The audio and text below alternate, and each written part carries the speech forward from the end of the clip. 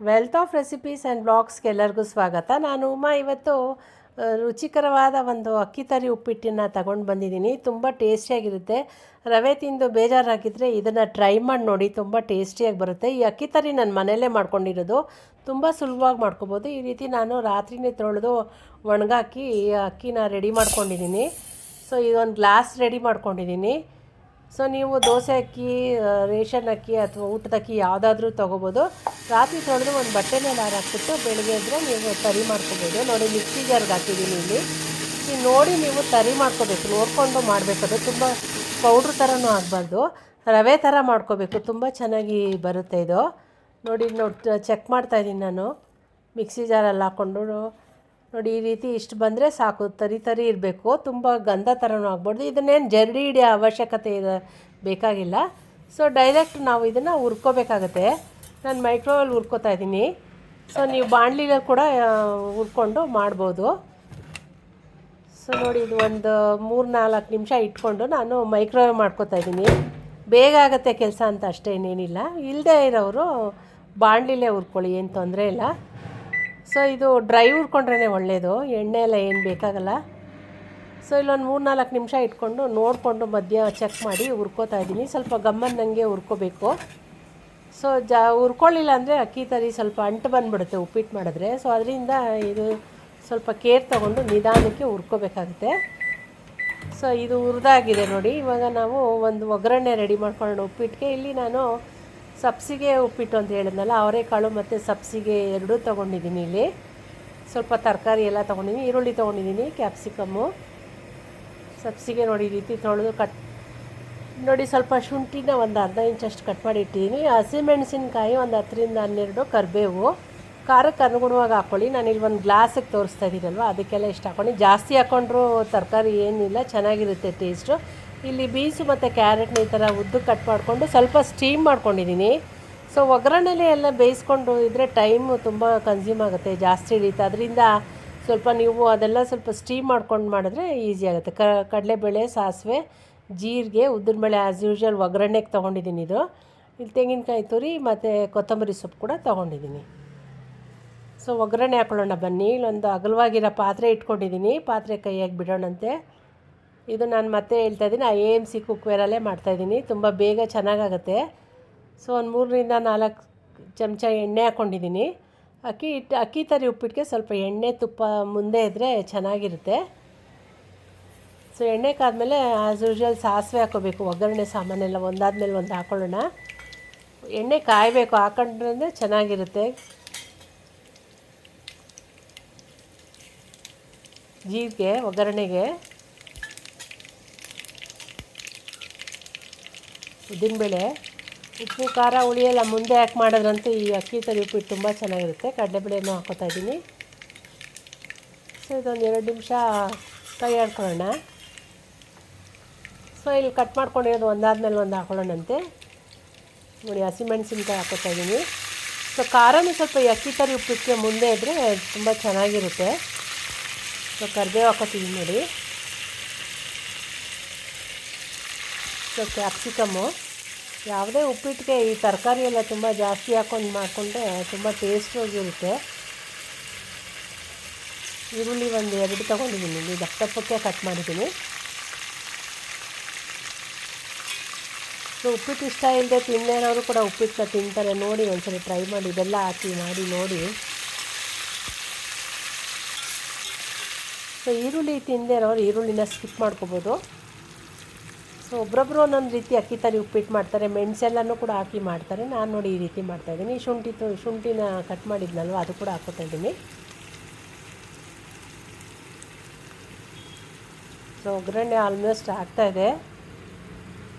So ಇಲ್ಲಿ cut ಮಾಡಿರೋ ಸಬ್ಸಿಗೆ ಸೊಪ್ಪು ಹಾಕ್ಕೋತಾ ಇದ್ದೀನಿ. ಸಬ್ಸಿಗೆ ಸೊಪ್ಪು ಉಪ್ಪಿಟ್ಟು ಹಾಕಿದ್ರೆ ಅಂತ ತುಂಬಾ ಟೇಸ್ಟೇ ಡಿಫ್ರೆಂಟಾಗಿರುತ್ತೆ. ಟ್ರೈ ಮಾಡಿ ನೀವು ಹಾಕದೇ ಇರೋರು.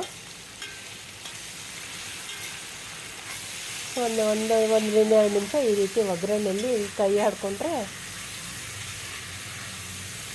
ಸೊ ಯಾಕಂದರೆ ಇಲ್ಲಿ ನಾವು ಅವರೆಕಾಳು ಎಲ್ಲ ಬೇಯಿಸಿಟ್ಕೊಂಡಿದ್ದೀವಲ್ಲ, ಸೊ ಇದೊಂದು ಸ್ವಲ್ಪ ಬೆಂದರೆ ಸಾಕು. ಅದು ಬೆಂದಿರೋದಕ್ಕೆ ಅದಕ್ಕೆ ಹಾಕ್ಕೊಂಬಿಟ್ರೆ ಬೇಗ ಆಗುತ್ತೆ. ಸೊ ನಾನು ಇಲ್ಲಿ ನೋಡಿ ಬೇಯಿಸಿರೋ ಅವರೆಕಾಳು ಹಾಕ್ಕೋತಾ ಇದ್ದೀನಿ. ಬೀನ್ಸು ಕ್ಯಾರೆಟ್ ಕೂಡ ಸ್ಟೀಮ್ ಮಾಡಿದ್ದೀನಿ, ತುಂಬ ಜಾಸ್ತಿ ಬೇಯಿಸಿಲ್ಲ, ಒಂದು ಮುಕ್ಕಾಲು ಭಾಗ ಬೇಯಿಸಿದ್ದೀನಿ ಅಷ್ಟೇ. ಬೇಯಿಸೋದ್ರಿಂದ ಒಗ್ಗರಣೆಲೇ ಮಾಡ್ಬೋದು, ಬಟ್ ಟೈಮ್ ಹಿಡಿಯುತ್ತೆ, ಅದರಿಂದ ಬೇಯಿಸ್ಕೊಂಡು ಹಾಕ್ಬಿಟ್ರೆ ತುಂಬ ಬೇಗ ಆಗುತ್ತೆ. ಪಕ್ಕದಲ್ಲಿ ನೀರು ಕಾಯಕ್ಕೆ ಇಟ್ಬಿಟ್ರೆ ಇದು ಎಲ್ಲ ಆಗಿ ಬೇಗನೆ ಉಪ್ಪಿಟ್ಟು ಮಾಡ್ಕೋಬೋದು. ಆಗಿದೆ ಇದು ಒಗ್ಗರಣೆ ನೋಡಿ. ಫಸ್ಟ್ ಟೈಮ್ ನನ್ನ ವೀಡಿಯೋ ನೋಡ್ತೀರಾ ಲೈಕ್ ಮಾಡಿ, ಫ್ಯಾಮಿಲಿ ಫ್ರೆಂಡ್ಸಿಗೆ ಶೇರ್ ಮಾಡಿ, ಕಮೆಂಟ್ ಮಾಡಿ, ಸಬ್ಸ್ಕ್ರೈಬ್ ಮಾಡ್ಕೊಂಡು ನೋಡಿ, ಪಕ್ಕದಲ್ಲಿರೋ ಬೆಲ್ ಐಕಾನ್ ಒತ್ತಿ. ಸೊ ಈ ಲೋಟದಲ್ಲಿ ನಾನು ನೀರನ್ನ ಹಾಕಿದ್ದೀನಲ್ಲ, ಅಕ್ಕಿ ತರಿ ತೊಗೊಂಡಿದ್ದೀನಲ್ವ ಅಕ್ಕಿನ, ಸೊ ಅದೇ ಲೋಟ ಅಳತೆಯಲ್ಲಿ ನೀರು ಹಾಕ್ತಾಯಿದ್ದೀನಿ. ಸೊ ಒಂದು ಲೋಟಕ್ಕೆ ಒಂದು 4ರಿಂದ 5 ನೋಡಿ ನೀರು ಹಾಕ್ಕೊಳ್ಳಿ. ಒಂದೊಂದು ಅಕ್ಕಿ ಒಂದೊಂದು ಥರ ಎಳ್ಕೊಳ್ಳುತ್ತೆ, ನೀರನ್ನ ಹಿಡಿಯುತ್ತೆ. ಅದರಿಂದ ಸ್ವಲ್ಪ ಬಿಸಿನೀರು ಕಾಯಿಸಿ ಇಟ್ಕೊಳ್ಳಿ. ನಿಮಗೆ ಗಟ್ಟಿ ಅನಿಸಿದ್ರೆ ಇನ್ನೊಂದು ಸ್ವಲ್ಪ ನೀರು ಹಾಕ್ಕೋಬೋದು. ತಣ್ಣೀರು ಹಾಕೋದಕ್ಕಿಂತ ಬಿಸಿನೀರು ಹಾಕಿದ್ರೇ ತುಂಬ ಒಳ್ಳೆಯದು, ಕೆಲಸನೂ ಬೇಗ ಆಗುತ್ತೆ. ಆಮೇಲೆ ಅದು ಡಿಫ್ರೆನ್ಸ್ ಬೇರೆ ಇರುತ್ತೆ. ಉಪ್ಪು ರುಚಿಗೆ ತಕ್ಕಷ್ಟು ಹಾಕ್ತಾಯಿದ್ದೀನಿ. ಯಾವುದೇ ಅಡುಗೆಗೆ ಮಾಡಬೇಕಾದ್ರೆ ಬಿಸಿನೀರು ಹಾಕಿದ್ರೇ ತುಂಬ ಒಳ್ಳೆಯದು. ಸೊ ಒಂದು 2 ನಿಮಿಷ ಬಿಡೋಣ ಕುದಿಯೋಕ್ಕಿದು. ಉಪ್ಪು ಎಲ್ಲ ಇಟ್ಕೊಳ್ಳುತ್ತಲ್ವ ತರಕಾರಿ. ಫಸ್ಟ್ ಟೈಮೇ ಉಪ್ಪು ಹಾಕ್ತಿರೋ, ನಾನು ಯಾವುದಕ್ಕೂ ಉಪ್ಪು ಹಾಕಿ ಬೇಯಿಸಿಲ್ಲ ನೋಡಿ. ಅಕ್ಕಿ ತರಿ ಕರೆಕ್ಟಾಗಿ ಹದವಾಗಿ ಹುರಿದಿದೆ, ಇದು ಹುರಿದಾಗಿದೆ. ರವೆ ಕೂಡ ನೋಡಿ ಎಷ್ಟು ಹದವಾಗಿ ಒಂದೇ ಸಮಕ್ಕೆ ಕ್ಲೀನಾಗಿ ರವೆ ಆಗಿದೆ ನೋಡಿ, ಎಷ್ಟು ಚೆನ್ನಾಗಿ. ಸೊ ಒಂದು 2 ನಿಮಿಷದ ಕೆಲಸ ಅಷ್ಟೇ. ಸೊ ಈ ರೀತಿ ಮನೆಯಲ್ಲೇ ಮಾಡ್ಕೊಂಡು ನೀವು ಒಂದು ಸತಿ ಟ್ರೈ ಮಾಡಿ. ಕುದೀತಾ ಇದೆ ಸಾಕು, ತರಕಾರಿ ಎಲ್ಲ ಮೊದಲೇ ಬೇಯಿಸಿದ್ದೀವಲ್ಲ, ಅದರಿಂದ ಏನು ಬೇಯೋದು ಬೇಕಾಗಿಲ್ಲ. ಇನ್ನದು ಕುದ್ರೆ ಸಾಕಷ್ಟೇ. ಸೊ ನಿಧಾನಕ್ಕೆ ಅಕ್ಕಿ ತರಿ ಹಾಕೋಬೇಕು, ಒಂದೇ ಸತಿ ಹಾಕ್ಬಾರ್ದು, ಗಂಟು ಬಂದುಬಿಡುತ್ತೆ. ಸ್ವಲ್ಪ ಸ್ವಲ್ಪ ಹಾಕ್ಕೊಂಡು ಕೈ ಆಡ್ಕೋಬೇಕು.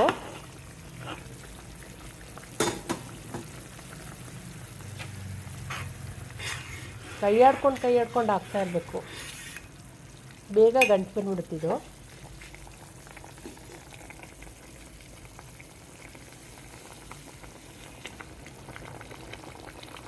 ಒಂದು ಸಣ್ಣ ಲೋಟ ರವೆಗೆ ನೋಡಿ ಎಷ್ಟು ಉಪ್ಪಿಟ್ಟಾಗುತ್ತೆ ಅಂತ. ತುಂಬ ಅರಳುತ್ತಲ್ವ ಅಕ್ಕಿ, ನೀರು ಜಾಸ್ತಿ ಹಿಡಿಯುತ್ತೆ. ರವೆಗಿಂತ ಅಕ್ಕಿ ತರಿ ತುಂಬ ನೀರು ಹಿಡಿಯುತ್ತೆ. ಸೊ ಅದರಿಂದ 1ಕ್ಕೆ 6 ಲೋಟ ಕೂಡ ಹಿಡಿಯುತ್ತೆ ಕೆಲವೊಮ್ಮೆ. ಸೊ ಒಂದು 5-6 ಲೋಟ ನೀರು ಕಾಯಿಸಿ ನೀವು ನೋಡಿ ಸ್ವಲ್ಪ ಇಟ್ಕೊಂಡು ನಾನು ಹೇಳ್ದಂಗೆ ಆಮೇಲೆ ಬೇಕಾದರೆ ಹಾಕ್ಕೊಳ್ಳಿ ಸ್ವಲ್ಪ.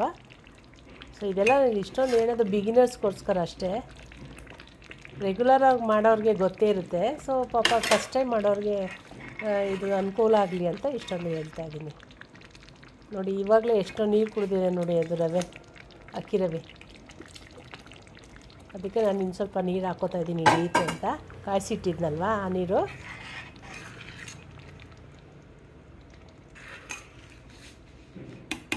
ಸೊ ಈ ಥರ ಸಿಮ್ ಮಾಡಿ ಇಟ್ಬಿಟ್ಟು ಒಂದು ಸಿಮ್ಮಲ್ಲಿ ಇಟ್ಬಿಡ್ಬೇಕು. ಒಂದು 3-4 ನಿಮಿಷ ಇಟ್ಬಿಟ್ರೆ ಕ್ಲೀನಾಗಿ ರವೆ ಎಲ್ಲ ಚೆನ್ನಾಗಿ ಅರಳ್ಕೊಂಬಿಡುತ್ತೆ.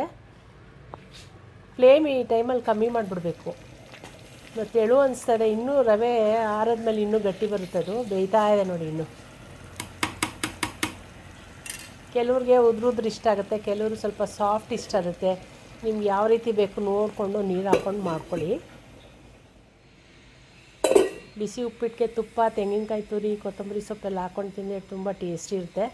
ಸೊ ನಾನು ಇಲ್ಲಿ ತುರಿದಿಟ್ಕೊಂಡಿರೋ ತೆಂಗಿನಕಾಯಿ, ಕೊತ್ತಂಬರಿ ಸೊಪ್ಪು ಹಾಕ್ತೀನಿ. ನಿಂಬೆಹಣ್ಣು ಹಾಕಲ್ಲ ನಾನು, ಬೇಕಾದರೆ ತಿನ್ನುವಾಗ ಹಾಕ್ಕೋಬೇಕಷ್ಟೇ. ಇಷ್ಟಕ್ಕೂ ನಿಂಬೆಹಣ್ಣು ಹಾಕ್ಬಿಟ್ಟೆ ಒಂಥರ ಕಹಿ ಬಂದುಬಿಡುತ್ತೆ. ಅಕ್ಕಿ ಉಪ್ಪಿಟ್ಟು ಯೂಶಲಿ ನಿಂಬೆಹಣ್ಣು ಮೊದಲೇ ಹಿಂಡಬಾರ್ದು, ನಮ್ಮ ಅಜ್ಜಿ ಹೇಳ್ತಾಯಿದ್ರು ಹಾಗಂತ. ಸೊ ಇದೇನಾದರೂ ತಿನ್ನಬೇಕಾದ್ರೆ ನಾವು ನಿಂಬೆಹಣ್ಣು ಹಿಂಡ್ಕೊಂಡು ನೋಡಿಕೊಂಡು ಮಾಡ್ಕೋಬೇಕು ನೋಡಿ. ಕರೆಕ್ಟಾಗಿ ಆಗಿದೆ ಹದವಾಗಿ. ನಮಗೆ ಯಾವ ಕನ್ಸಿಸ್ಟೆನ್ಸಿ ಬೇಕೋ ಆ ಕನ್ಸಿಸ್ಟೆನ್ಸಿಲಿ ಮಾಡ್ಕೊಂಡಿದ್ದೀನಿ ನಾನು. ನಿಮ್ಗೆ ಇನ್ನೂ ಸ್ವಲ್ಪ ಉದುರು ಬೇಕು ಅಂತಂದರೆ ನೀವು ನೀರು ಕಡಿಮೆ ಹಾಕ್ಕೊಳ್ಳಿ ಅಷ್ಟೇ. ಚೆನ್ನಾಗಾಗಿತ್ತು ಉಪ್ಪಿಟ್ಟು ತುಂಬ. ಸೊ ನಾನು ಪ್ಲೇಟಿಂಗ್ ಮಾಡ್ಕೊತಾ ಇದ್ದೀನಿ ಉಪ್ಪಿಟ್ಟನ್ನ.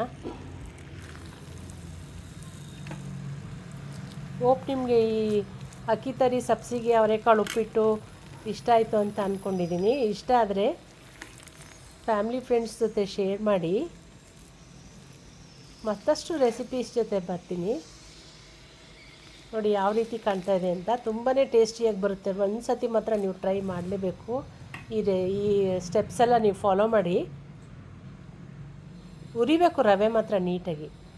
ಅಕ್ಕಿ ತರಿ ನಿಧಾನಕ್ಕೆ ರವೆ ಬಾಣಲಿಲಿ ಹುರ್ಕೊಂಡು ಮಾಡಿದ್ರೆ ಚೆನ್ನಾಗಿ ಬರುತ್ತೆ. ಸೊ ಇದುವರೆಗೂ ನನ್ನ ವೀಡಿಯೋ ನೋಡೋದಕ್ಕೆ ಧನ್ಯವಾದಗಳು. Thank you for watching. Thank you.